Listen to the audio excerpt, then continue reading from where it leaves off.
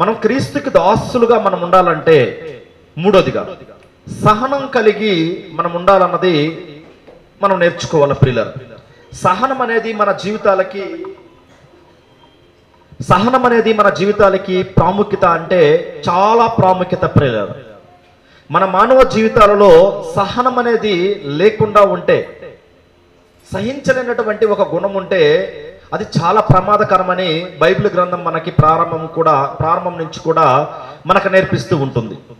మొట్టమొదటగా బైబిల్ గ్రంథంలో మనం చూసినప్పుడు ఒక భక్తుడిని మనం చూడగలం. ఆయన మనకందరికి చాలా మందికి తెలిసినటువంటి భక్తుడు ఎవరంటే హేబెల్ విషయంలో మనం చూసినప్పుడు ఎంత సహనం కలిగి ఉన్నాడన్నది మనం నేర్చుకుంటాం పిల్లలు. మొట్టమొదటి పేజీలోనే మనం చూడగలం. హేబెల్ గురించి దేవుడు రాయించినటువంటి మాటలు మనం చదివినప్పుడు ఏమనిపిస్తూ ఉంటుందంటే, ఇంత సహనం కలిగి ఉన్నాడా అనిపిస్తూ ఉంటుంది. ఈనాడు దేవునికి దాసులుగా మనం ఉండాలంటే సహనం అనేది మన ఆత్మీయ జీవితాలకి చాలా ప్రాముఖ్యం. ఎంత ప్రాముఖ్యత అంటే, సహనం అనేది మన హృదయంలో లేకుండా ఉంటే, అంటే మరి ముఖ్యంగా సహించే గుణం అనేది లేకుండా ఉంటే మనం ఎవరికి దాసులుగా అవలేమంటే క్రీస్తుకు దాసులుగా మనం ఉండలేము. అంటే సహనం కలిగి ఉన్నటువంటి భక్తులను ఒకసారి మనం బైబిల్ గ్రంథంలో చదువుతూ ఉన్నప్పుడు, ఇంత సహనం ఎక్కడి నుంచి వచ్చిందండి వీళ్ళకి, ఇంత సహనంగా ఉన్నారంటే ఎక్కడి నుంచి వచ్చింది ఈ సహనం? ఇప్పుడు కూడా కుటుంబంలో తల్లిదండ్రుల పట్ల పిల్లలు తప్పు చేస్తూ ఉన్నప్పుడు సహిస్తూ ఉంటుంటారు. చూస్తారా మీరు? ఎన్నిసార్లు సహిస్తారు వాళ్ళు? చాలా మంది చెప్తూ ఉంటారు, నా సహనం కూడా కోల్పోయింది, ఇక నేను సహించలేకపోతున్నాను నేను అంటూ ఉంటారు. విన్నారా మీరు? కుటుంబంలో మనం చూసినప్పుడు ఒక భార్య కూడా కావచ్చు, ఒక భర్త కూడా కావచ్చు. ఈ భార్య భర్తల మధ్య కూడా కొన్నిసార్లు పొరపాట్లు జరుగుతున్నప్పుడు భర్త ఏమంటూ ఉంటాడు, ఇక నేను సహించలేను, సహనం అనేది నీ మీద నాకు లేకుండా పోతుంది అంటూ ఉంటాడు. చూసారా మీరు? భార్య కూడా అదే విధంగా అంటూ ఉంటుంది. చాలా మంది తప్పు చేసినటువంటి భర్తలు ఉంటారు కదా, కుటుంబంలో విరోధంగా తాగి రావడం, లేకపోతే వాళ్ళ ఇష్ట ప్రకారంగా వాళ్ళు నడుచుకోవడం, ఆ విధంగా ఉన్నప్పుడు భార్య కూడా ఏమంటూ ఉంటుంది, ఈ కుటుంబాన్ని నేను ముందుకు తీసుకెళ్లాలంటే నాకు చాలా కష్టంగా ఉందండి, సహనం అనేది నేను కోల్పోతున్నాను. నువ్వు చూస్తే ₹1 కూడా ఇంటి దగ్గర ఆదాయం లేదు, ప్రతిరోజు మాత్రం ఇంటికి వచ్చి భోజనం చేస్తూ ఉంటాం, ఈ పిల్లలకి ఏం పెట్టాలి, నేనేం తినాలి, నీకు ఏం తయారు చేసి ఇవ్వాలి అని అనే కుటుంబాలు లేవా అంటే చాలా కుటుంబాలు ఉన్నాయి పిల్లలు. అంటే మరి కొన్ని సందర్భాల్లో మనం చూసినప్పుడు కొన్ని స్నేహితుల మధ్యలో కూడా ఏం జరుగుతూ ఉంటాయంటే, పొరపాట్లు జరుగుతూ ఉన్నప్పుడు దిద్దుకోలేనప్పుడు ఏమంటూ ఉంటాడు స్నేహితురాలు కూడా కావచ్చు, ఏమంటూ ఉంటారు, నేను నిన్ను సహించలేను, నీ పట్ల నేను సహనం కలిగి ఉండలేకపోతున్నాను, ఎన్నిసార్లు నిన్ను క్షమించమంటావు, ఎన్నిసార్లు నీ పట్ల సహనం కలిగి ఉండమంటావు అంటూ ఉంటారు. చూసారా మీరు? ఉదాహరణకి మనం ఎవరి దగ్గర ఒక అమౌంట్ తీసుకున్నా, డబ్బులు తీసుకున్నా కూడా వాళ్ళు ఏమంటూ ఉంటారు, ఇవ్వకుంటే, మేము మిమ్మల్ని సహించలేకపోతున్నామండి. ఇదిగో మాకు తెలిసినటువంటి ఒక కుటుంబం ఉంది. ఆ కుటుంబం దగ్గర ఏం చేస్తే 2 రోజులకు ఒకసారి ఎవరో ఒకరు వచ్చి గొడవ పెడుతూ ఉంటారు. వాళ్ళ పిల్లలు అంటూ ఉంటారు, మేము సహించలేకపోతున్నాం మిమ్మల్ని చూసి, ఎందుకు ఇలాంటి ప్రాబ్లంలు వచ్చాయని అడుగుతున్నారు. చిన్న పిల్లలు తల్లిదండ్రులను అడుగుతున్నారు. అంటే ఇప్పటిదాకా మనం చూసినటువంటి విషయాలలో సహనం అనేది ఉండాలా అంటే ఇటన్ని విషయాల్లో ఉండాలి. కానీ మరి ముఖ్యంగా దేవుని విషయంలో మనకి ఎంత సహనం కలిగి మనం ఉండాలి పిల్లలు. మన కోసం ప్రాణం పెట్టినటువంటి క్రీస్తు ప్రభువారు ఈ భూమి మీదకి వచ్చినప్పుడు ఎంత సహనం కలిగి ఉన్నాడు. ఆయన మన నిమిత్తం ఆయన కొట్టారు, సహించాడా? నాకు కుదరదు, నేను దెబ్బలు తినను అన్నాడు, సహించాడు. ఆయన మీద ఉమ్మి వేసినా కూడా ఆయన ఏం చేశాడు? సహించాడా? ఇక మరలా చూసినప్పుడు ఘోరంగా ఆయన తీసుకెళ్ళి సిలువ మాన మీదకి ఎక్కించారు. సిలువ మాన మీదకి ఎక్కించినా కూడా నేనేం తప్పు చేశాను, నన్ను సిలువ మాన మీదకి వేశారు అన్నాడా? మనం అన్నారనుకోండి, మనల్ని ఎవరన్నా ఒక మాట అన్నారనుకోండి, ఏమంటాం? మేమేమన్నామని ఈ విధంగా మాట్లాడుతున్నారు మీరు, మేమేమన్నామని మీరు కొడుతున్నారు అనరా? ఒక వ్యక్తి వచ్చి మనల్ని కొడుతూ ఉన్నప్పుడు మనం సైలెంట్గా ఉంటామా? హ్యాపీ అనుకుంటామా? సంతోషం అనుకుంటామా? ఎవరన్నా వచ్చి కొట్టారంటే మనల్ని దారి మార్గంలో వెళ్తూ ఉన్నాం, ఒక దెబ్బ కొట్టి అలాగ నిలబడ్డారు, మనం ఏమంటాం? మేమేం చేసామనండి అడగమా? అంటే యేసుక్రీస్తు వారు ఏ ఘోరం ఏ నేరము చేయకున్నా కూడా ఆయన మన కోసం సహించాడు. కారణం ఏంటంటే మనము ఆయనకి దాసులుగా ఉండాలని పిల్లలు. దాంట్లో ఏమి నేర్పిస్తున్నాడు ఆ భావంలో ఆయన ఆ పాఠం అంటే, సహనం కలిగి ఉండండి. ఎలా ఉండండి?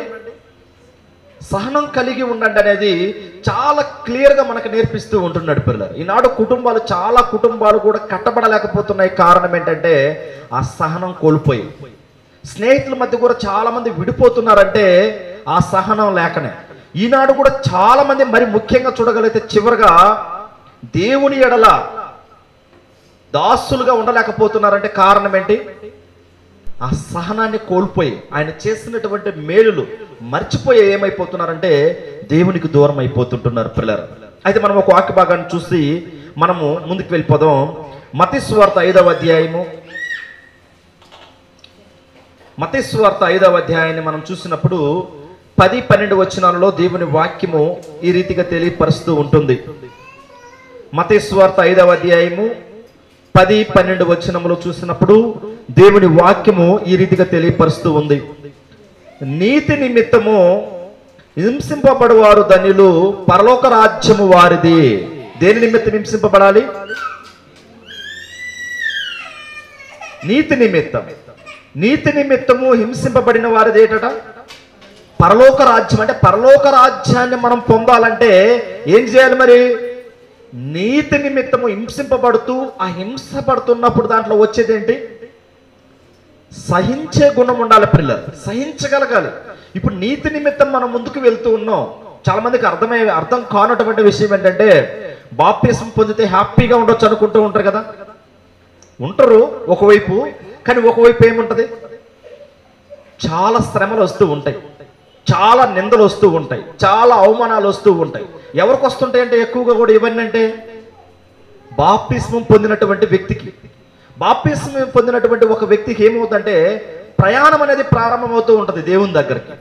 చాలా మందికి అర్థం కానటువంటి విషయం ఏంటంటే, బాప్తిస్మం పొందిన తర్వాత బాప్తిస్మం పొందితే ఇక ఆశీర్వదింపబడతాం నిజం, కానీ ఆస్తిని సంపాదించుకుంటాం, అంతస్తులు వస్తాయి, ఇవన్నీ వస్తాయి. వీటి కోసం దేవుని దగ్గర బాప్తిస్మం తీసుకొని లేరా దేవుని దగ్గరకు వచ్చంటే చాలా మంది ఉన్నారు. కానీ ఇక్కడ బాప్తిస్మం పొందడానికి, ఆ బాప్తిస్మం ఉన్నటువంటి ఆశీర్వాదం ఏంటంటే, నీతి నిమిత్తము ఏం చేయాలట? హింసింపబడినటువంటి వారు ధన్యులు, వారిది ఏంటి? పరలోక రాజ్యం. అంటే ఒక వ్యక్తి, ఒక పర్సన్ వచ్చేసి ఈ లోకాన్ని విడిచి వేరే లోకంలో ఉన్నటువంటి దేవుని దగ్గరికి వెళ్ళి మనం స్వతంత్రించుకోవాలంటే, అంటే కొంతమంది నమ్మరులే. ఏమి నమ్మరు? ఈ భూమిని దాటితే మనం వేరే లోకానికి వెళ్తున్నాం అన్నదేంటి? చాలా మంది నమ్మరు. ఏమంటారు? ఈ భూమి మీద ఉన్నప్పుడే ఇన్ని పరిస్థితులు ఎదురవుతున్నాయి, ఈ భూమి మీద ఉన్నప్పుడే చాలా ఇబ్బందుల్లో మేము ఎదుర్కొంటున్నాం, మరలా భూమిని దాటిన తర్వాత ఏదో సుఖం ఉంటుందంట. ఇది నిజమా అనుకునే వాళ్ళు లేరా అంటే చాలా మంది ఉన్నారు.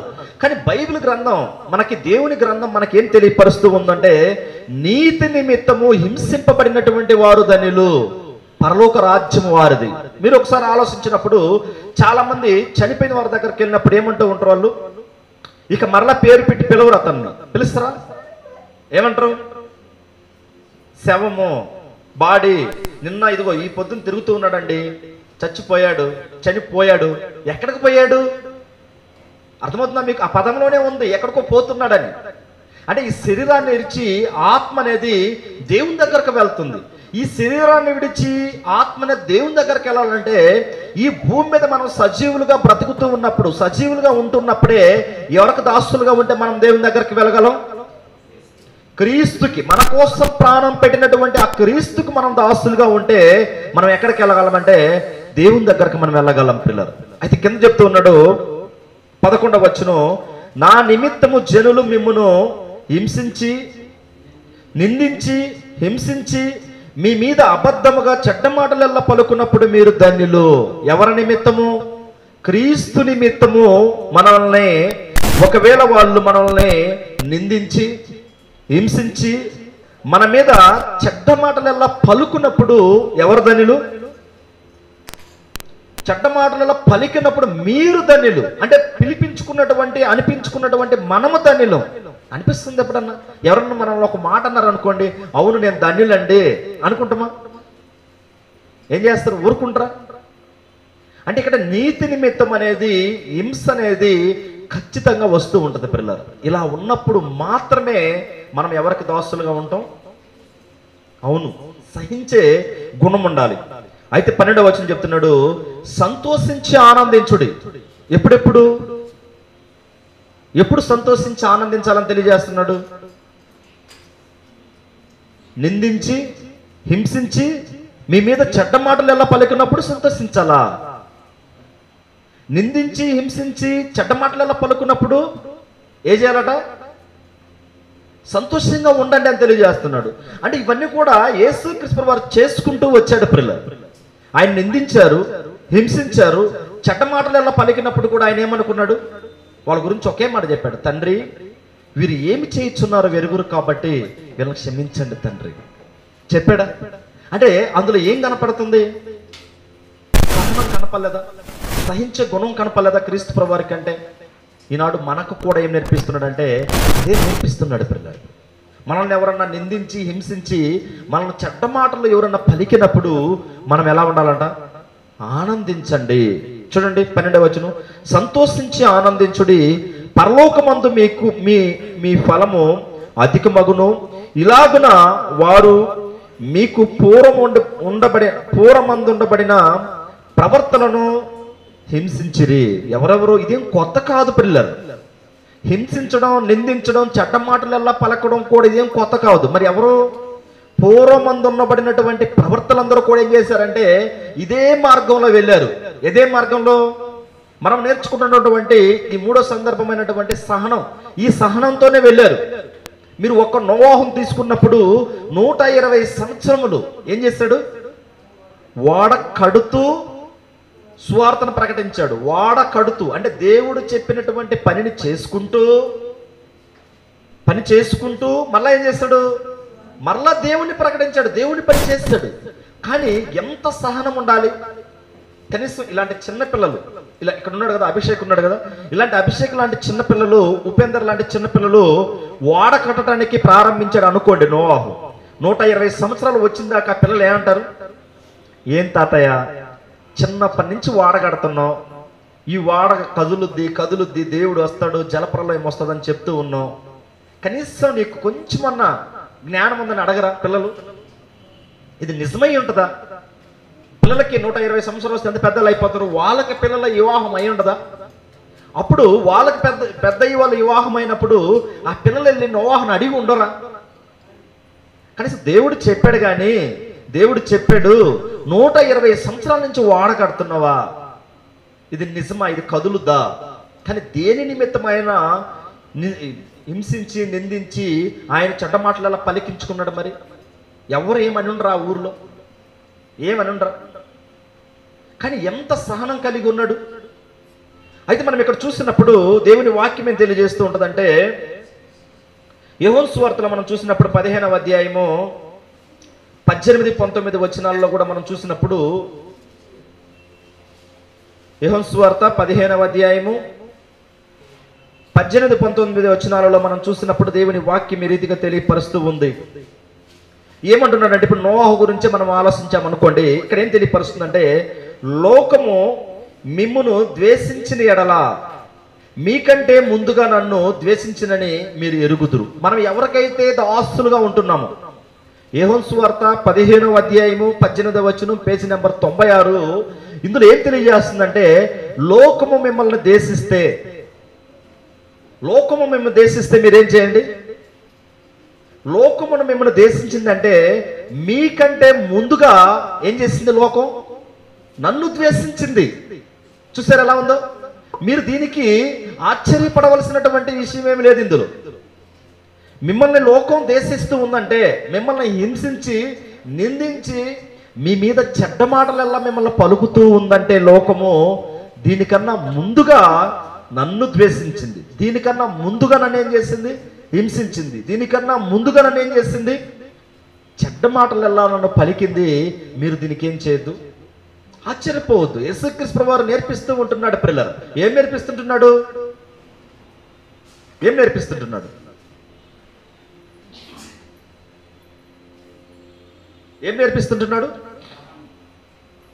సహనం అనేది ఇందులో నేర్పిస్తున్నాడా లేదా? అయితే ఇక్కడ మనం చూసినప్పుడు 19వ వచనం, మీరు లోక సంబంధులైన ఎడల లోకము తన వారిని స్నేహించును, అయితే మీరు లోక సంబంధులు కారు, నేను మిమ్మును లోకము నుండి ఏర్పరచుకుంటుని, అందుచేతనే లోకము మిమ్మును ద్వేషించుచున్నది. ఇప్పుడు చూస్తారా, మన పిల్లలు కూడా చాలా మంది ఇక్కడ ఉన్నటువంటి ఆరాధనకు వచ్చే పిల్లలు ఎక్కువ కూడా చాలా దూర ప్రాంతాల నుంచి తల్లిదండ్రులను విడిచిపెట్టి పీజీలలో కావచ్చు, రూమ్స్ కావచ్చు తీసుకుని ఉంటూ ఉంటారు స్నేహితుల జతలో. చూసారా మీరు? అందులో ఉన్నటువంటి పిల్లలు ప్రత్యేకింపబడినటువంటి వారిగా ఉంటారు. ఇక బాప్టిజం తీసుకున్న తర్వాత ఏ విధంగా ఉంటారు? అంతకుముందు జీవితం పక్కన పెడదాం, బాప్టిజం తీసుకున్న తర్వాత ఎలా ఉంటారంటే చాలా భక్తిగా ఉంటూ ఉంటారు. ఉదయం లేస్తే బైబిల్ చదువుకోవడం, ప్రార్థన చేసుకోవడం, వాళ్ళు ఎక్కడికన్నా ఫంక్షన్కి అక్కడికెక్కడ పిలిచారనుకోండి తిరగటానికి వెళ్తారా? మన వాళ్ళంటే పిల్లలు వెళ్తారా? వెళ్ళటానికి ఇష్టపడరు. ఎందుకంటే అవన్నీ మంచి కార్యక్రమాలు కావు, వాటి వల్ల నా జీవితం బాగుపడదు. కానీ ఇక్కడ ఏమంటున్నాడంటే లోకము అంటే, లోకం అంటే ఎవరు? దేవునిని ఎరగనటువంటి వారు.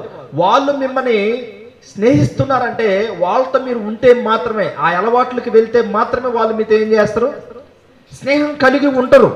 ఒకవేళ మీరు వారితో స్నేహం చేయలేదంటే అర్థమేంటి? మీరు నా బిడ్డలు. స్నేహం చేయలేదంటే నా బిడ్డలు. అయితే నన్ను కూడా ద్వేషించింది, నేను కూడా ఈ లోకంలో ఉన్నాను, అదే విధంగా నన్ను కూడా ద్వేషించింది ఈ ప్రపంచం. ఇప్పుడు యేసుక్రీస్తు వారు కూడా ఇదే లోకంలో ఉన్నాడు. ఇదే లోకంలో ఉన్నప్పుడు లోకంతో ఒక్కరితోనే స్నేహం పెట్టుకున్నాడా? పెట్టుకోలే. ఏం చేశారు మరి? ఆయన ఉన్నప్పుడు కూడా విందులు, వ్యవహారాలు, ఇవన్నీ తినడం, త్రాగడం అవన్నీ లేవా అంటే ఉన్నవి. వారి మధ్యలోనే తిరిగారు కానీ వాటిని అంటించుకోలే. ఇప్పుడు కూడా మనం చూసినప్పుడు నేను పాపములో పుట్టిన వాడని అంటూ ఉంటాడు దావీదు. చెప్తుంటాడు కీర్తన గ్రంథంలో మనం చూసినప్పుడు, పాపములో అంటే పాపములో లోకమంతా పాపం ఉంది, ఆ పాపములో నేను పుట్టాను, పాపముతో కాదు. అర్థమవుతుందా? ఇప్పుడు ఈనాడు కూడా మనం ఏం చేస్తూ ఉంటామంటే లోకులతోనే ఉంటూ ఉంటాం. మనం అన్నిలతోనే తిరుగుతూ ఉంటాం, త్రాగుతూ ఉంటాం, అన్నీ ఉంటూ ఉంటాయి. అంటే తినడం త్రాగడం అంటే మరలా బయట విషయాలు కాదు, ఆహార పదార్థాల గురించి చెప్తున్నాను. తినడం త్రాగడం అన్నీ కూడా వాళ్ళతో ఉంటూ ఉంటాం. కానీ పాపాన్ని మాత్రం మనం ఏం చేయము, అంటించుకోం పిల్లలు. ఆ పాపాన్ని మనం వదిలిపెట్టి మనం ఇక్కడికి వచ్చాం దేవుని దగ్గరికి, మరలా ఆ పాపాన్ని మనం ఏం చేయము, అంటించుకోము. ఏం చేస్తాం మరి? చాలా మంది చెప్తూ ఉంటారు, కనీసం ఎంతో ఊరు విడిచి ఊరు వచ్చావు, ఎంజాయ్ చేసేదానికి లేవా ఇక్కడ అంటూ ఉంటారు. చూసారా మీరు? తిరిగేదానికి లేవా? మాతో రావచ్చుగా. ఒక సిస్టర్ గారు తెలియజేస్తున్నారు, మీరు ఏం చేయొద్దు, మాతో వచ్చి ఉండు, మేమేం చేస్తామో చూడు అంటున్నారంట. బాప్తిసం పొందినటువంటి సిస్టర్ ఏమంటున్నారు వాళ్ళు అంటే, లోకం అనేది ఏం చేస్తూ ఉంటుందంటే ఏదో ఒక విధంగా అపవాది మాయలో మనల్ని పడవేయాలని, మనము చేపలు పెడేటప్పుడు ఏ విధంగా గాలం వేస్తూ ఉంటామో ఎర్రబెట్టి, ఆ విధంగా మనం కొంచెం లాగాలని ప్రయత్నం చేస్తూ ఉంటుంది అపవాది టార్గెట్ కూడా ఎవరి మీద? ఎవరైతే బాప్తిస్మం పొంది విశ్వాస జీవితంలో సహనంగా కలిగి కొనసాగుతూ ఉంటారో వాళ్ళ మీదనే. ఇక్కడ యేసుక్రీస్తు వారు కూడా చూసినప్పుడు ఆయన ఏమంటున్నాడంటే, లోకం మిమ్మల్ని ద్వేషిస్తే హ్యాపీగా ఉండండి. ఎందుకు? వేస్ట్ అండి, ఈమె వేస్ట్, ఇతను వేస్ట్, దేనికి పనికిరాడు అంటూ ఉంటారు. చూసారా? దేనికన్నా పిలిచినప్పుడు రానప్పుడు అనరా? ఏమి మంచి పండగ పబ్బం ఇవన్నీ ఏమి లేవా మీకు? మేము చూడు తింటున్నాం, త్రాగుతున్నాం, హ్యాపీగా తిరుగుతున్నాం, మాకు లేడా దేవుడు అంటూ ఉంటారు. అంటే అపవాది ఏం చేస్తూ ఉంటాడంటే ఏదో ఒక విధంగా దేవుని దగ్గర నుంచి తన వైపు లాక్కోవటానికి చాలా ప్రయత్నాలు చేస్తూ ఉంటారు పిల్లలు. దాంట్లో మొట్టమొదటిగా మనకు ఉండవలసింది ఏంటంటే సహనం కలిగి ఉండాలి. ఇది నిజమా? ఇది ఈ మాట మాట్లాడుతున్నామంటే, వీళ్ళతో నేను స్నేహం చేస్తున్నానంటే ఇది చేయొచ్చా చేయకూడదా? అసలు ఆ అన్యుల గురించి, ఆ విగ్రహాల గురించి ఏం చెప్పాడు దేవుడు? కొరింథీ రాసిన పత్రికలో 8వ అధ్యాయం కావచ్చు, 10వ అధ్యాయం కావచ్చు, దాంట్లో ఏం చెప్పాడంటే, మీరు దయ్యముల పాత్రలోనిది క్రీస్తుకు పాత్రలోనిది త్రాగనేరరు అంటూ ఉంటారు పిల్లలు. ఏం చెప్పాడు అక్కడ? దయ్యములతోనూ క్రీస్తుతోనూ పాలువారిగా మీరు ఉండలేరు. ఉంటే ఎవరితో ఉండాలి? ఒకరితోనే ఉండాలి. కాబట్టి ఇక్కడ మనం చూసినప్పుడు ఫిలిప్పీయులకు రాసిన పత్రికలో 1వ అధ్యాయము 30వ వచనంలో ఒక అద్భుతమైనటువంటి మాట ఇక్కడ దేవుడు రాయిస్తూ ఉంటున్నాడు పిల్లల. ఫిలిప్పీలకు రాసిన పత్రిక 1వ అధ్యాయం 30వ వచనం, పేజీ నంబర్ 179. న్యూ టెస్టిమెంట్ లో 179 పేజీ నంబర్లో ఫిలిప్పీలకు రాసిన పత్రిక 1వ అధ్యాయము 30వ వచనం మనం చూసినప్పుడు దేవుని వాక్యము ఈ రీతిగా తెలియపరుస్తూ ఉంటుంది. క్రీస్తునందు విశ్వాసముంచుట మాత్రమే కాక ఆయన పక్షమున శ్రమపడుటయు ఆయన పక్షమున మీకు అనుగ్రహింపబడెను. ఏంటంట? విశ్వాసం ఉంటే మాత్రమే కాదు, దాంట్లో ఏముండాలి మరి? సహనం, శ్రమ. ఆ శ్రమ కూడా పడేదానికి మనం ఇష్టపడాలి. ఈనాడు చాలా మందికి శ్రమ పడటానికి ఇష్టపడతారా అంటే, చాలా మంది చర్చికి వస్తూ ఉంటారు. వచ్చిన వాళ్ళకి మనం చెప్పామనుకోండి, చర్చికి వస్తున్నారు బాగుంది కానీ శ్రమ అనేది ఉంటుంది అని చెప్పామనుకోండి, హ్యాపీగా ఉంటారు వాళ్ళు. ఏమంటారు? ఇదేం గొడవ అండి, మేము ఇక్కడికి వచ్చి బాగుండాలని మేము వస్తే మీరేంటి? కానీ ఇక్కడ ఫిలిప్పీలో ఉన్నటువంటి క్రైస్తవులకి దేవుడు తెలియజేస్తున్నటువంటి మాట ఏంటంటే, పరిశుద్ధాత్మ ప్రేరణతో మీరు విశ్వాసము మాత్రం ఉంటే కాదు, మరి ఏముండాలి? అందులో శ్రమ పడుట కూడా ఉండాలి అని తెలియపరుస్తూ ఉంటున్నాడు పిల్లలు. శ్రమ పడుట కూడా ఏం చేయాలి? ఇష్టపడాలి. కానీ ఈనాడు విశ్వాసం ఉంది, శ్రమ పడటానికి ముందుకు వెళ్ళలేదు. మరి దేవుడు ఒక్కసారి మనం చూసినప్పుడు దశలోనికి ఉన్నటువంటి వీరు కూడా, వీళ్ళ యొక్క పరిస్థితి కూడా ఏ విధంగా ఉందంటే, దేవుడు వీరి గురించి ఏం తెలియజేస్తుంటున్నాడంటే, దశలోనికి రాస్తున్నటువంటి మొదటి పత్రిక పేజీ నెంబర్ 184, దశలోనికి రాసిన పత్రిక 3వ అధ్యాయము 1 నుంచి 4 వచనాలు కంబైన్డ్ గా ఉంటాయి. మనం చూస్తూ ఉన్నప్పుడు దేవుని వాక్యం ఈ రీతిగా తెలియపరుస్తూ ఉంటుంది. కాబట్టి ఇక సహింపచాలక ఎదెన్సులో మేము ఒంటిగా నైనను ఉండుట మంచిదని ఎంచి ఈ శ్రమల వలన ఎవడనూ కదిలింపబడకుండానట్లు మిమ్మును స్థిరపరచుటకును మీ విశ్వాస విషయమై మిమ్మును హెచ్చరించుటకును మన సహోదరుడును క్రీస్తు సువార్త విషయంలో దేవుని పరిచారకుడైన తిమోతిని పంపితిని. వీళ్ళు ఒక మంచి స్థానికంగా వీళ్ళు ఉండాలని ఎవరిని పంపించాడు అపోస్తలుడైన పౌలు గారి దెస్సలోనిక సంఘానికి? తిమోతిని గారిని ఎందుకు పంపించారు? వీళ్ళు బలహీనులుగా ఉంటున్నారు. ఈ బలహీనులుగా ఉన్నటువంటి వారిని బలపరచాలంటే బలవంతుడు కావాలి, అంతేనా? ఇప్పుడు బలవంతుడు వస్తే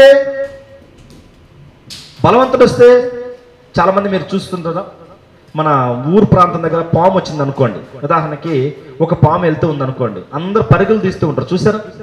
ఎవరన్నా ఒకరు ముందుకెళ్ళి ఇదేం చేస్తుంది అని ఎవరన్నా ముందుకెళ్ళారు అనుకోండి, దాని ముందుకి వెనకోళ్ళు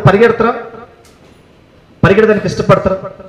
ఇదేదో బాగుంది, పాము కూడా భయపడాలి, ఇతనితో కూడా మన ముందు మన వెనకన నిలబడరా అంటే. ఇక్కడ కూడా మనం చూసినప్పుడు లోకమంతా కూడా ఏముంది? లోకమంతా కూడా శ్రమ ఉంది. ఈ శ్రమను చూసి మీరు భయపడకూడదు, ఇంకా మీరు ఇందులో స్థిరంగా ఉండాలని నేను మీ ఎద్దకి ఎవరిని పంపుతున్నాను? తిమోతిని మీ దగ్గరకు పంపుతున్నానని చెప్తూ ఇక్కడ ఉన్నాడు.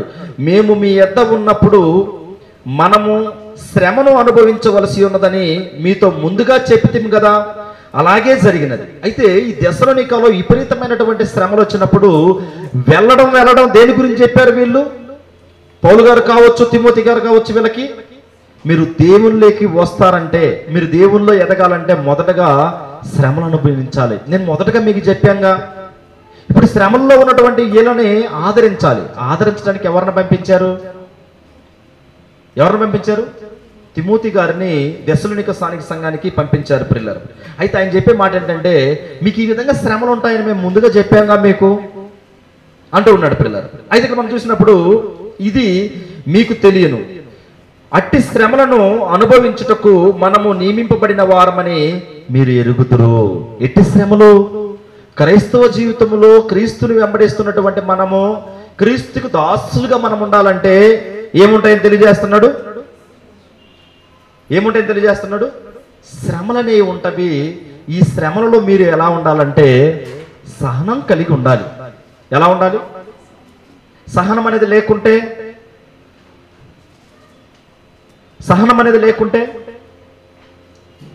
సహనం అనేది లేకుంటే ఒక క్రైస్తవురాలు కావచ్చు, క్రైస్తవులు కావచ్చు, ఓడిపోయినట్టే, మరలా లోకంలో పడిపోయినట్టే పిల్లలు. అంటే ఈ యొక్క దెస్సలోనికలో ఉన్నటువంటి స్థానిక సంఘంలో శ్రమలలో ఉన్నప్పుడు తిమోతి గారిని పంపించారు. మరి ముఖ్యంగా అంతకు ముందు శ్రమలు రాకముందే ఈ స్థానిక సంఘానికి ఏం చేశారు? వాళ్ళు హెచ్చరికలు చేశారు. ఏమని హెచ్చరికలు చేశారు? మీరు క్రైస్తవులోకి వచ్చినప్పుడు ఖచ్చితంగా మీకు ఉండేవేంటి? శ్రమలే. అయితే ఈ శ్రమలు కూడా మనం చూసినప్పుడు ఎన్ని దినాలు ఉంటాయి? చాలా మందికి మళ్ళీ ఇదొక డౌట్ ఏంటండి, శ్రమలు వస్తున్నాయి కానీ ఒకటి పోయేసరికి ఒకటి వస్తూనే ఉన్నాయి, మేము కోలుకోలేనటువంటి స్థితిలో ఉన్నాం. మా పరిస్థితి ఏంటి? కోలుకోలేకపోతున్నామండి శ్రమల నుంచి. ఎన్ని దినాలు ఉంటాయి శ్రమలు? దేవుడికి కూడా తెలియదా? మనం శ్రమ పడేది తెలియదా? ఆయన అంటూ ఉంటాడు కొరింథీయులో కూడా, మీరు ఎంతైతే సహింపగలరో, మీరు ఎంతైతే ఆ శ్రమను తట్టుకోగలరో అంతే మిమ్మల్ని చేంజ్ చేస్తుంటది, ఆవరిస్తూ ఉంటది. ఉదాహరణకు ఒక యోబు గారిని తీసుకోండి. మీరు యోబు గారు సహించలేని దానికన్నా ఎక్కువగా ఇచ్చాడు దేవుడు? తక్కువగా ఇచ్చాడు? ఎక్కువగా ఇచ్చాడు. అంటే చాలా పవర్ఫుల్ అయినటువంటి శ్రమ, చాలా గొప్ప శ్రమ వచ్చింది. అలాంటి శ్రమ బైబిల్లో ఎవరికి వచ్చి ఉండదేమో, నిజమా? కనీసం ఈ పాదాలు ఇలా పెట్టడానికి కూడా కింద కురుపులు వచ్చాయి. పాదాలు ఇలా కింద పెట్టడానికి ఏమొచ్చాయి? కురుపులు వచ్చాయి. కింద కురుపులు వచ్చి పచ్చి పుండులుండి సీమ్ కారుతా ఉందనుకోండి, గట్టిగా పరిగెత్తగలడా? సో పోనీ తన పని తను చేసుకోగలడా? అలాంటి శ్రమల్లో కూడా ఎంత సహించాడు? కనీసం నేను ఆయన ఏమన్నాడు? ఏమి జరిగినా కూడా దేవుని చిత్తమే. మన కుటుంబాల్లో మనం కావచ్చు, మనము ఎప్పుడైనా కూడా ఏదైనా మన పట్ల ఏదైనా జరిగినప్పుడు ఇదంతా కూడా దేవుని చిత్తం వలన జరుగుతుంది అనేది ఉంటుందా మనకి? ఎంత పొరపాట్లు జరిగినా కూడా, ఎన్ని ఇబ్బందులు జరిగినా కూడా ఇవన్నీ దేవుడే మాకు రప్పిస్తున్నాడు, ఇదంతా కూడా మాకు పరీక్ష జరుగుతుంది, అయితే నేను ఇందులో సహనం కలిగి ఉండాలనేది మనం నేర్చుకుంటున్నామా? నిజం ప్రియులారా, ఒక మంచి జరిగినా కూడా, అది చెడు జరిగినా కూడా దాన్ని మొట్టమొదటిగా ఏ విధంగా మనం తీసుకోవాలంటే, దేవుని యొక్క అనుమతి లేనిది అది నాకు రాదు.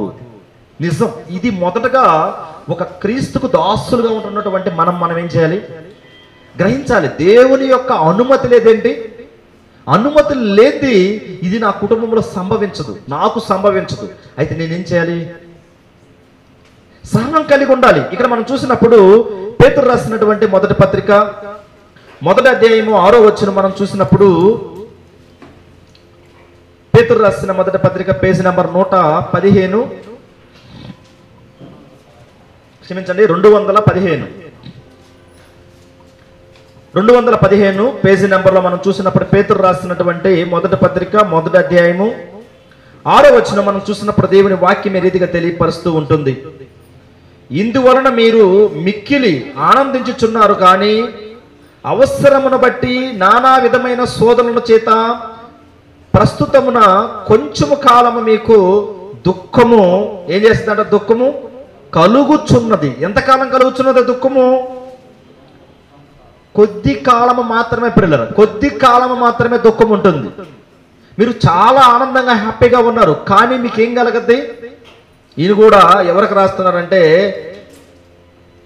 క్రైస్తవులకే, క్రీస్తు రక్తంలో కడుగబడినటువంటి బిడ్డలకే ఏం రాస్తున్నాడు? కొద్ది కాలము మాత్రం మీరు హ్యాపీగా సంతోషంగా ఉన్నారు, కానీ శ్రమలు మాత్రం ఏం చేస్తూ ఉంటాయి? మీకు వస్తూ ఉంటాయి అని తెలియపరుస్తుంటున్నాడు పిల్లలు. అయితే మనం ఇక్కడ చూసినప్పుడు 2వ అధ్యాయము చూసినప్పుడు 21వ వచనంలో పేతురు రాసిన మొదటి పత్రిక 2వ అధ్యాయము 21వ వచనం మనం చూసినప్పుడు, ఇక్కడ మనం చూసినప్పుడు ఏం తెలియపరుస్తుందంటే, క్రీస్తు కూడా మీ కొరకు బాధపడి, అయితే మీకు సంతోషంగా ఉన్నారు కానీ మీకు కొద్దిగా శ్రమలు వస్తూ ఉంటాయి, శ్రమలు వస్తాయి. అయితే ఇక్కడ ఏమంటున్నాడు మరలా? క్రీస్తు కూడా మీ కొరకు బాధపడి మీరు తన అడుగుజాడల యందు నడుచుకున్నట్లు మీకు మాదిరి ఉంచిపోయాను. ఏముంచిపోయాడు అంటే ఆయన ఉన్నటువంటి ఆ సహనం గురించి ఇక్కడ పేతురు గారు రాస్తూ ఉన్నాడు పిల్లలు. క్రీస్తు కూడా ఏం చేశాడట? క్రీస్తు కూడా మీ కొరకు బాధపడి మీరు తన అడుగుజాడల యందు నడుచుకున్నట్లు మీకు ఏం చేసిపోయాడు? మాదిరి ఉంచిపోయాడు. అంటే మనము శ్రమలలో ఉన్నప్పుడు మనము కష్టంలో ఉన్నప్పుడు, మనల్ని ఎవరన్నా హింసించినప్పుడు, నిందించినప్పుడు, మన మీద చెడ్డ మాటలెల్లా పలికినప్పుడు ఏముంచిపోయాడు ఆయన? ఇప్పుడు మనకి ఆయన చూసే విధంగా మనం ఉంచిపోయాడు పిల్లలు. ఎవరన్నా ఒక మాట మనల్ని అన్నారనుకోండి, ఒక మాట మనల్ని అన్నప్పుడు మనం తక్కువ వాళ్ళని ఎవరిని చూడాలి?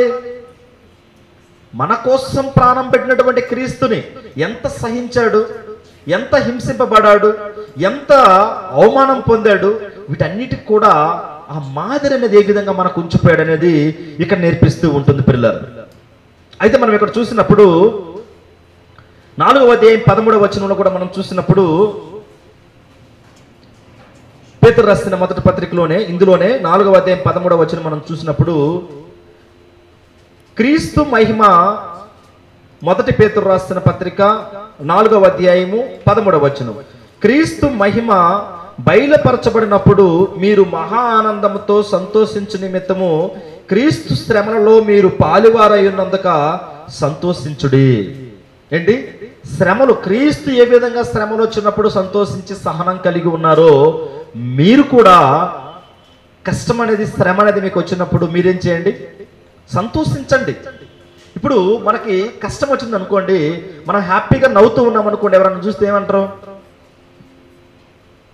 ఇలా కష్టం రాలేదండి, యాక్టింగ్ చేస్తున్నారు అంటారు. చూసారా మీరు? కానీ ఇది ఎవరిని చూడమని చెప్తున్నాడు పేతురు గారంటే? ఒక్కసారి క్రీస్తుని చూడండి. ఆయనకి శ్రమ వచ్చినప్పుడు ఎంత ఆనందం అని ఎంచుకున్నాడు ఒక్కసారి పరిశీలన చేయండి. మీరు కూడా ఏం చేయండి? మీరు కూడా ఆ విధంగా ఉండండి అని తెలియపరుస్తూ ఉంటున్నాడు పిల్లలు. అది 15వ వచనం, మీలో ఎవడనో నరహంతకుడుగా గాని, దొంగగా గాని, దుర్మార్గుడుగా గాని, పరుల జోలికి పోవాడుగా గాని బాధ అనుభవింప తగదు. అయితే 16వ వచనం, ఎవడైనను క్రైస్తవుడైనందుకు బాధ అనుభవించిన ఎడల అతడు సిగ్గుపడక ఆ పేరును బట్టి ఏ చేయాలి? దేవుణ్ణి మహిమపరచాలి. నేను క్రైస్తవుని, నాకు బాధ వచ్చింది, అయితే నా దేవుడు వాటిలో నుంచి నన్ను ఏం చేస్తాడు? ఖచ్చితంగా విడిపిస్తాడు అనేది మనం ఏం చేయాలి? నేర్చుకోవాలి ప్రియులారా. అందుకే ఇక్కడ మనం చూసినప్పుడు ఈ ప్రకటన గ్రంథంలో కూడా మనం చూసినప్పుడు శ్రమ అనేది ఎన్ని దినాలు ఉంటుందో ఇక్కడ చెప్పాడు ప్రియులారా. ప్రకటన గ్రంథం 2వ అధ్యాయం 10వ వచనం, ప్రకటన గ్రంథం అంటే చివరిగా ఉన్నటువంటి పుస్తకం 229 పేజీ నెంబరులో మనం చూసినప్పుడు 2వ అధ్యాయం 10వ వచనం మనం చూసినప్పుడు దేవుని వాక్యం ఏ రీతిగా తెలియపరుస్తూ ఉంది. ఇదిగో మీరు శోధింపబడినట్లు అపవాది మీలో కొందరిని చెరలో వేయింపబోచున్నాడు.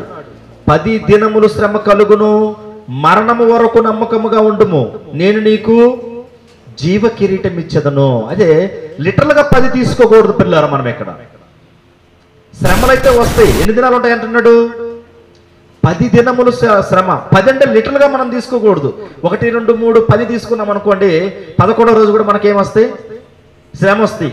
ఎవరికన్నా మనము ఊరికి వస్తున్నామని చెప్పాం, ఎవరన్నా వస్తున్నారు అనుకోండి, ఎప్పుడు వస్తారు ఊరికంటే ఏం చేస్తాం? ఒక ఉదాహరణకి ఒక 2 నెలలు పట్టొచ్చు అంటాం. పట్టొచ్చు అంటే 2 నెలలకి పిన్ పాయింట్ పెట్టి 3 నెలలు మనం వెళ్ళాం. 2 నెలల తర్వాత ఏదైనా సెలవులు రావచ్చు అంటూ ఉంటాం. చూసామా?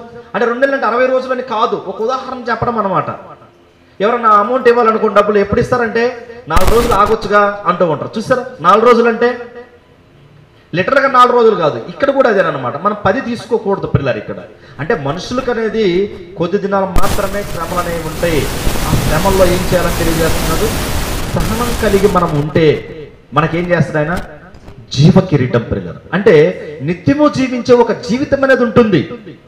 ఈ శ్రమల ద్వారాగా మనం వెళ్తూ ఉన్నప్పుడు సహనం కలిగి మనం ఉండి క్రీస్తుకు దాసులు అనిపించుకుంటే మనకేముంటది? జీవ కిరీటం అనేది ఉంటూ ఉంటుంది పిల్లలు. అయితే ఇక్కడ మనం చూసినప్పుడు మన సహోదరులు చదివినటువంటి వాక్య భాగాన్ని మనం చదివినప్పుడు ఒకసారి మీరు అందరూ కూడా బైబిల్ తిప్పుకున్నట్లయితే హెబ్రీయులకు రాసిన పత్రిక 11వ అధ్యాయము 33వ వచనం. సహోదరులు జాన్సన్ గారు చదివినటువంటి వాక్య భాగాన్ని ఒకసారి మనం పరిశీలన చేసినప్పుడు ఇక్కడ తెలియపరుస్తూ ఉన్నారు. వారు విశ్వాసం ద్వారా, పేజీ నెంబర్ 207, హెబ్రీయులకు రాసిన పత్రిక 11వ అధ్యాయము 33వ వచనం నుంచి మనం చదువుతూ ఉన్నప్పుడు, వారు విశ్వాసము ద్వారా రాజ్యములను జయించిరి. ఏం చేశారట వాళ్ళు? విశ్వాసం ఉంది, అందులో మరలా ఏముంది? ఆ విశ్వాసంలో సహనం ఉంది. అదే మనం చూసినప్పుడు, వారు విశ్వాసం ద్వారా రాజ్యములను జయించిరి, నీతి కార్యములను జరిగించిరి, వాగ్దానములను పొందిరి, సింహముల నోలను మూసిరి, అగ్ని బలమును చల్లార్చిరి, ఖడ్గదారులను తప్పించుకొనిరి, బలహీనులుగా ఉండి బలపరచబడిరి, యుద్ధములో పరాక్రమశాలులైరి, అన్యుల సేనలను పారదోలిరి, స్త్రీలు మృతులైన తమ వారిని పునరుద్ధానం వలన మరలా పొందిరి. ఇక్కడ మనం చూసినప్పుడు ఎవరెవరిని జ్ఞాపకం చేస్తుంటున్నారు? అగ్నిలో వేసి కాల్చినటువంటి వారిని, సింహాల బోలలో వేసినటువంటి వారిని. ఇప్పుడు ఈ సింహపు బోలలో వేసినటువంటి ఒక దానియల్ని మీరు జ్ఞాపకం చేసుకుంటుంది. దానియల్ని మీరు జ్ఞాపకం చేసుకున్నప్పుడు దానియల్ని తీసుకెళ్ళి, లేకుంటే ఈ అగ్నిగుణంలో అభ్యర్థులు కావచ్చు, వాళ్ళు వేసారు. ఎక్కడో ఉన్నటువంటి హెబ్రీ గ్రంథకర్త, దానియేలు గ్రంథము హెబ్రీ గ్రంథకర్తకి ఎంత తేడా ఉందంటే, చాలా సంవత్సరాల తేడాలు ఉన్నాయి కదా. చాలా సంవత్సరాల తేడా ఉన్నా కూడా అక్కడ మరలా వాళ్ళ గురించి ఎందుకు రాయించాడు దేవుడు? అగ్నిగుండంలో వేశారు, సింహపు నోలలో వేసి సింహపు గుహలో పడేశారని ఎందుకు రాస్తారు చెప్పండి? ఇక్కడ మనం చూసినప్పుడు ఇక్కడ ఒక ముఖ్యమైనటువంటి ప్రధానమైనటువంటి విషయం ఉంది పిల్లలు. ఏంటంటే, ప్రార్థన చేశారా? ఎవరికి చేయాలి? బబులోను దేశంలో ఉన్నటువంటి రాజుకే ప్రార్థన చేయాలి. ఎవరు? దానియేలు. వాళ్ళని పూజిస్తే ఎవరికి పూజించాలి? బబులోను రాజుకే పూజించాలని మెషక్ షద్రక్ అబేద్నెగోలు కావచ్చు, దానియేలు గారు కావచ్చు, ఆ బబులోను దేశంలో చెరలో ఉన్నటువంటి వారు ఏం చేశారంటే, వాళ్ళు ఏం చెప్పారంటే, దానియేలు గారు ఒక మాట చెప్పారు, పిల్లలు, రాజా, నా దేవుడు నన్ను కాపాడకపోయినా పర్వాలేదు, కానీ నేను మాత్రం మొక్కను అని చెప్పాడు. మనమైతే బాహ్యంగా వెళ్తూ ఉన్నాం, ఇక్కడ సెల్ ఉంది, దీనికి మొక్కతో మొక్కు, లేకుండా నిన్ను చంపేస్తామంటే ఆ మొక్కడమే కదండి, అలా అని వెళ్ళిపోరా. కానీ ఆయన ఏం చేశారు? వాళ్ళని వేయటానికి ప్రధానమైన కారణం అది, సహనం కలిగి ఉన్నారు. మా దేవుడు మమ్మల్ని కాపాడగలడు, ఈ శ్రమల నుంచి మమ్మల్ని తప్పించగలడు అనే ఒక గొప్ప నమ్మకం ఉంది పిల్లలు. వాళ్ళకి నమ్మకం ఉండబట్టే వాళ్ళని ఏం చేశారంటే, తీసుకెళ్ళి అగ్నిగుండంలో వేసినా కానీ, మరి ముఖ్యంగా సింహపు గుహలో వేసినా కానీ, సింహాలు ఉన్నటువంటి గుహలో ఒక మనిషిని వేస్తే మీరు అక్కడక్కడ జూ పార్కులలో చూస్తూ ఉంటారా? వినలేదా? ఇప్పుడు ఇలా అయిపోయాడండి, మటన్ పీసులు అయిపోయాడు, చెయ్యి అలాగే లాక్కున్నది, విన్నారా మీరు ఎప్పుడన్నా? కానీ అదే సింహపు గోల్లో డైరెక్టర్ లిటర్గా మనిషిని వేసేస్తే హ్యాపీగా ఉండగలరా? మరి ఏమయ్యాడు మరి? కానీ ఆ సింహపు నోలనే మూచాడు దేవుడు. అగ్నిగుండంలో వేసినప్పుడు అగ్ని జ్వాలలు కాల్చలేకపోయాయి వాళ్ళు. ఇది అద్భుతమా కాదా? చాలా అద్భుతమం పిల్లలు. అంటే ఇలా జరిగిందంటే కారణం ఏంటి? సింహపు గోలలో వేస్తే చంపేయలేదు, అగ్ని జ్వాలలో వేస్తే వాళ్ళని కాల్చలేదంటే వాళ్ళకున్నటువంటి సహనం పిల్లలు. అంటే మేము దాసులుగా ఉంటే ఎవరికి దాసులుగా ఉండాలి? మమ్మల్ని సృజించినటువంటి సృష్టికర్తకే మేము దాసులుగా ఉండాలి. కానీ ఈ దేశంలో ఉన్నటువంటి బబులోను రాజుకి మేము సృష్టికర్తగా ఉండకూడదు. మమ్మల్ని సృష్టించిన ఆయన. వాళ్ళని కానీ ఒకవేళ మేము మృక్యమా మా భక్తి జీవితం అంతా కూడా వ్యర్థమైపోతుంది. ఇప్పుడు కూడా మనం చూస్తూ ఉన్నప్పుడు చాలా అన్యులతో గుడులకు వెళ్ళడం, విహారాల యాత్రలకు వెళ్ళడం, వాళ్ళు పెట్టినటువంటి ఆ ప్రసాదాలు ఏదో కలుగుకొని తినడం, అలాంటి పొరపాట్లు చేయకూడదు పిల్లలు. ఎందుకు తెలుసా? ఇక ఒక్క ప్రసాదం ఏదన్నా అంత ముక్క మనం తిన్నామా ఏమైపోయినట్టు? అపవిత్రమైనట్టే పిల్లలు. నిజం, మనల్ని మనం పరిశీలన చేసుకోవాల్సినటువంటి విషయం ఉంటుంది. ఎందుకు ఈ మాటను మనం నేర్చుకోవాలంటే, మనం చూసినప్పుడు ప్రకటన గ్రంథం రాసే సమయానికి ఒక క్రైస్తవుడు ఒక ఆయన ఉన్నాడు పిల్లలు, పాలికార్ప్ అని. మీరు ఇంటికి వెళ్ళినాక చూడండి, పాలికార్ప్ యొక్క హిస్టరీ మీరు కొడితే చాలా నీట్గా వస్తుంటుంది. అక్కడ రాజు ఉన్నాడు. ఎవరు? రోమా సైన్యాధిపతి అయినటువంటి రాజు ఉన్నాడు. ఆ రాజుని ఏం చేయాలంటే, ప్రతి రాజ్యంలో కూడా ఏం చేసేవాళ్ళంటే, ఏ రాజు అయితే రాజ్యాన్ని పరిపాలిస్తున్నారో ఆ రాజు ప్రతిమకు మొక్కాలి. మొక్కడం అంటే ఏదో కాదు, మరలా దండ వేయడం ఇవన్నీ కాదు. ఇక్కడ ఇలా శిల ఉంటుంది అనుకోండి, ఆ శిల దగ్గర అంత సాంబ్రాన్ని పెడుతూ ఉంటారు. సాంబ్రాన్ని దగ్గర పక్కన ఏముంటాయి? నిప్పులు ఉంటాయి. ఈ సాంబ్రాన్ని అలా తీసి అలా వేస్తే అయిపోయింది ఆరాధన, అంతే. వాళ్ళకి మొక్కినట్టే. కానీ పండు ముసలతను, చాలా ముసలతను, వణికిపోతున్నటువంటి ముసలతను ఈ సాంబ్రాన్ని తీసి అక్కడ ఏమంటే ఆయన ఏమన్నాడంటే, నేను చావటానికి కూడా సిద్ధమే కానీ నేను మాత్రం ఆ సాంబ్రాన్ని వేయను, అక్కడ నేను పూజ చేయనని చెప్పాడు. కానీ చంపేశారు. కానీ రోమా సామ్రాజ్యము, మీరు ఇంటికి వెళ్ళి చదవండి, పాలికార్ప్ అని కొట్టండి. ఫస్ట్ సెంచరీలో ఉన్నటువంటి ఆ పాలికార్ప్ అని కొట్టినప్పుడు వస్తూ ఉంటుంది, ఆ రోమా సామ్రాజ్యంలో ఉన్నటువంటి రాజు ఏమన్నాడంటే, ఈ క్రైస్తవుల ముందర నేను ఓడిపోయాను అన్నాడు. వాస్తవంగా ఎవరు ఓడిపోయాడు? బాహ్య సంబంధంగా అయితే ఎవరు ఓడిపోయినట్టు? వాళ్ళలో రాజు ఓడిపోయినట్ట, లేకుంటే ఈ పాలికార్ప్ అయినటువంటి ముసలతను, పండు ముసలతను ఓడిపోయినట్టు? అంటే బాహ్య సంబంధంగా ఏమంటారంటే, పూజ చేయలేదు, చంపేశాడు, ఓడిపోయాడండి అంటూ ఉంటారు. కానీ దేవుని లెక్కలో కూడా మీరు చూసినప్పుడు ఈ మెషాక్ షద్రక్ అబేద్నెగోల్ని అగ్నిగుండంలో వేసినప్పుడు కావచ్చు, దానియేలు గారిని సింహపు గోలలో వేసినప్పుడు కావచ్చు, ఓడిపోయింది ఎవరంటే ఆనాడు ఉన్నటువంటి సైన్యం, బాహ్య సంబంధంగా ఉన్నటువంటి రాజులు. వాళ్ళు అనుకున్నారు, వీళ్ళ శాత చేయించలేకపోయాము మేము.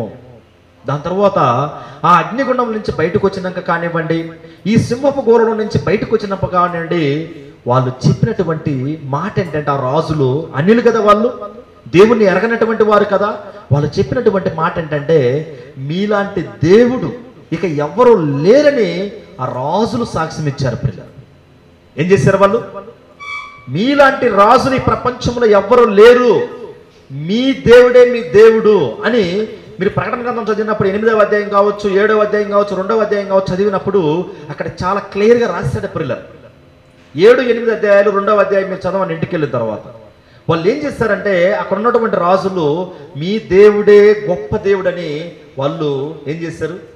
తిరగా దేవుణ్ణి మొక్కారు. పిల్లలు అంటే ఈనాడు మనము కూడా ఎందుకు నేర్చుకోవాలి ఈ విషయాలంటే, మనము క్రీస్తుకు దాసులుగా మనం ఉండాలంటే మన ఆత్మీయ జీవితాన్ని మనం సహనం కలిగి ముందుకు తీసుకెళ్ళాలి. పిల్లలు ఇక్కడ చూసారా మీరు 36వ వచనం, హెబ్రీయులకు రాసిన పత్రిక 11వ అధ్యాయం 36వ వచనం చూసినప్పుడు, మరికొందరు తిరస్కారములను, కొరడా దెబ్బలను, మరి బంధకములను, ఖైదీను అనుభవించరి.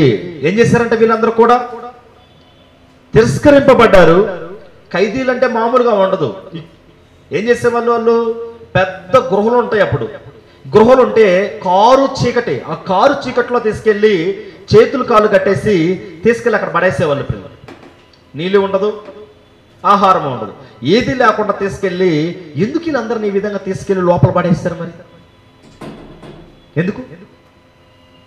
ఒక్కటే దేవుణ్ణి ఆరాధన చేస్తున్నారని, దేవుని కోసం సహనం కలిగి ఉన్నారని, దేవుణ్ణి మాత్రమే ప్రేమిస్తున్నారని, దేవునికి మాత్రమే మేము దాసులుగా ఉండాలని ఇష్టపడ్డారని వాళ్ళు. అర్థమవుతుందా?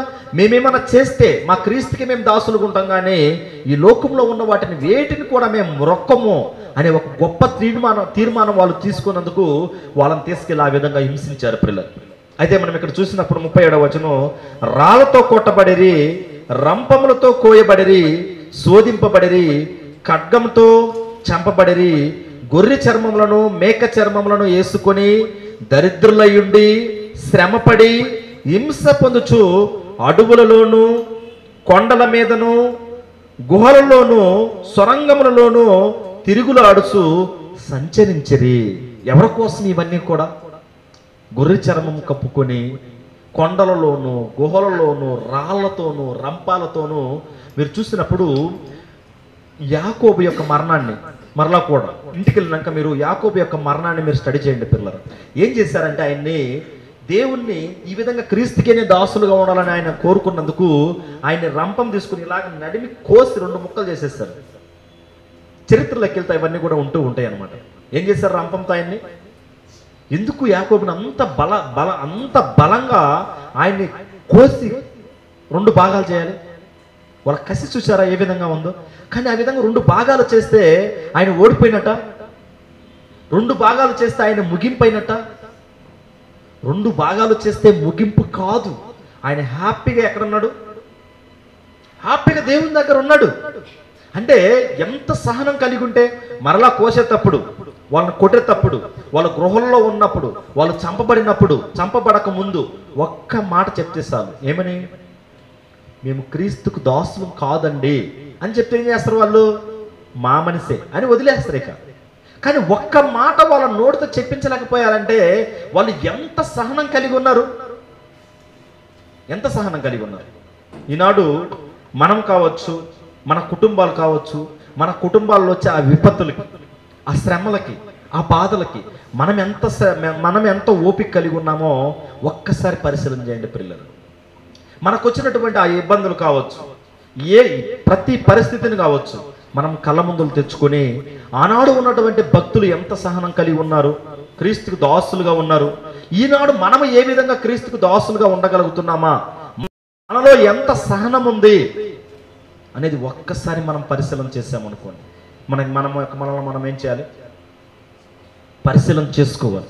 నేను నా సహనంతో ఎంత క్రీస్తుకి నేను దాసులుగా ఉండగలుగుతున్నాను, నాలో ఉన్నటువంటి అలవాట్లు కావచ్చు, నాలో ఉన్నటువంటి ప్రతిదీ కావచ్చు, వాటిని ఎంత నా దేవుని కోసం నేను చంపుకోగలుగుతున్నాను, ఎంత వినయం విధేయత కలిగి సహనం కలిగి నేను దేవుని కోసం ముందుకు వెళ్తున్నానని ఈ ఉదయకాల సమయంలో మనం ఏం చేయాలి, మనల్ని మనం పరిశీలన చేసుకోవాలి. పిల్లలు పరిశీలన చేసుకున్నారు వాళ్ళందరూ కూడా. అలా పరిశీలన చేసుకొని సహనం కలిగి ఉంటేనే వాళ్ళని తీసుకెళ్ళి ఏం చేశారు, సింహపు గుహలలో వేశారు, అగ్నిగుండంలో పడేశారు, రంపాలతో కోసారు, ఇంకా గృహంలో పడేశారు, ఇక చిత్రహింసలు పెట్టారు పిల్లలు. ఇంకా ప్రకటన గ్రంథము వచ్చే సమయానికి ఏం చేసేవాళ్ళంటే, క్రీస్తుకు దాసుడు నువ్వు అని అడిగేవాళ్ళు. ఫస్ట్ ఎస్ అన్నాం అనుకోండి, ఆ వ్యక్తిని తీసుకెళ్ళి స్తంభాలు కట్టి తారు పోసి అంటించి ఆ వెలుగులో వాళ్ళు విందులు వ్యవహారాలు చేసేవాళ్ళు, డ్యాన్సులు వేసేవాళ్ళు. ఎందుకు? క్రీస్తుకు దాసుడువా అంటే కాదు అని ఒక మాట చెప్తే చాలు మరలా ఏం చేస్తారు వాళ్ళు, ఆ విధంగా హింసించరు. కాదు అని చెప్తే హింసించరు. అవును నేను క్రీస్తుకు దాసుల్ని అని ఒక్క మాట కానీ వాళ్ళు చెప్పారు అనుకోండి, తీసుకెళ్ళి ఎక్కడేసేవాళ్ళు, స్తంభానికి కట్టి తారు పోసి అంటించి ఆ తారు వెలుగులో వీళ్ళు విందులు వ్యవహారాలు చేసేవాళ్ళు. అయితే మనం ఇక్కడ చూసినప్పుడు 39వ వచనం మనం చూసినప్పుడు, ఎబ్రీయులకు రాసిన పత్రిక 11వ అధ్యాయం 39వ వచనం, వీరందరూ తమ విశ్వాసం ద్వారా సాక్ష్యము పొందిన వారైనను మనము లేకుండా సంపూర్ణ కాకుండా నిమిత్తము దేవుడు మన కొరకు మరి శ్రేష్టమైన దానిని ముందుగా సిద్ధపరచను గనుక వీరు వాగ్దాన ఫలము అనుభవింప లేదు. అయితే ఇంకా పరలోకం అనేది వీళ్ళు వెళ్ళలా, పరలోకం అనేది వెళ్ళకున్నా కానీ దేవుడు ఏ ప్లేస్ అయితే వాళ్ళ కోసం నియమించి పెట్టాడో ఆ ప్లేస్లో హ్యాపీగా నెమ్మది కలిగి ఉన్నారు. కారణం ఏంటి? మేము క్రీస్తుకు మాత్రమే దాసులుగా ఉండాలి, సహనం కలిగి ఉండాలి. ఎవరి పట్ల సహనం కలిగి ఉండాలి? ఎవరి పట్ల ఉండాలి? కళ్ళ ముందులో ఉన్నటువంటి మనవారి పట్లే సహనం కలిగి ఉండాలి. అయితే ఈనాడు మనం చూసినప్పుడు ఒక వాక్య భాగాన్ని చూసి మనం ముగించేసుకుందాం. ప్రకటన గ్రంథం 7వ అధ్యాయము 14వ వచనం చూసినప్పుడు, ప్రకటన గ్రంథం 7వ అధ్యాయము 14వ వచనం మనం చూసినప్పుడు,